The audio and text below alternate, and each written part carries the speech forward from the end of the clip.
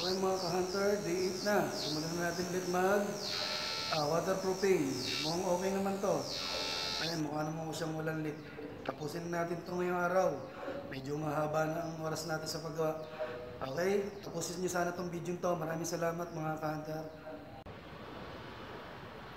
So yun nga mga ka-hunter, lalagyan na natin ito ng ating leak plug. Ayan, makikita nyo. Tatapos ko na din. Talagang medyo maproseso itong trabaho ito. Pero kailangan natin gawin para sure na wala siyang magiging tagas. So kung makikita nyo, itong part na to, ayan, tapos na. Ito, may nilagyan pa ako ng konti kasi napansin ko may manipis akong pahid. Dinoble ko, ayan. Ngayon, binuksan natin itong part na to, ito to, yung saksakan. May napansin kasi ako nung binuksan ko, nagkaroon siya ng tubig. Ayan, bumagsak yung tubig. So babaklasin natin itong cover niya. Ayan, babaklasin natin itong cover niya. Total, hindi naman na ito gumagana. Itong wire na to, naka-series na lang yata to. At tanggalin natin itong cover, tapos lalagyan natin ito ng buo na leak plug. Para sure ball na walang tutulo. Nagkatagas kasi siya, galing sa loob nito. Ayan, kung makikita nyo. Dito siya nang galing. So ito, lalagyan natin siya ng leak plug sa loob. Para sure na wala nang tatagas. Okay? Gawin muna natin to guys, okay? Panoorin niyo sana mabuti ang video natin at makinig kayo mabuti sa mga sinasabi ko para maunawaan yung pag-waterproofing na kung gusto niyo mag-DIY, ayan, ganyan. Okay? So ayun guys, kung makikita nyo, ayan, nabaklasin natin siya. Ayan, tanggal natin. Ayan, makikita nyo yung loob. Sigurado papasukin niya talaga ito ng tubig.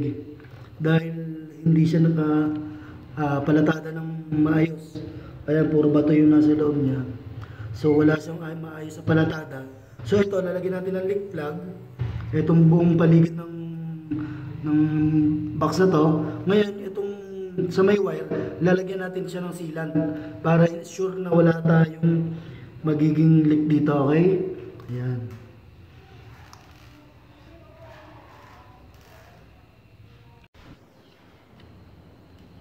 So yun na guys, nalagyan natin ito ng leak plug.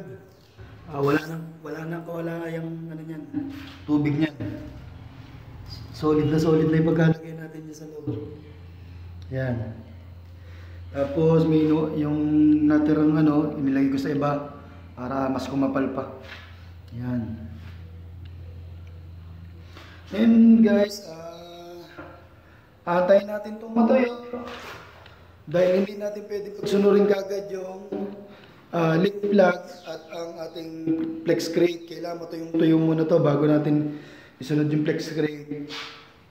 So yan guys, day 8 tayo, di ba? Day 8. Okay. Pagkatapos natin ng flex crate, skin coat na, and then pintura na para tapos na.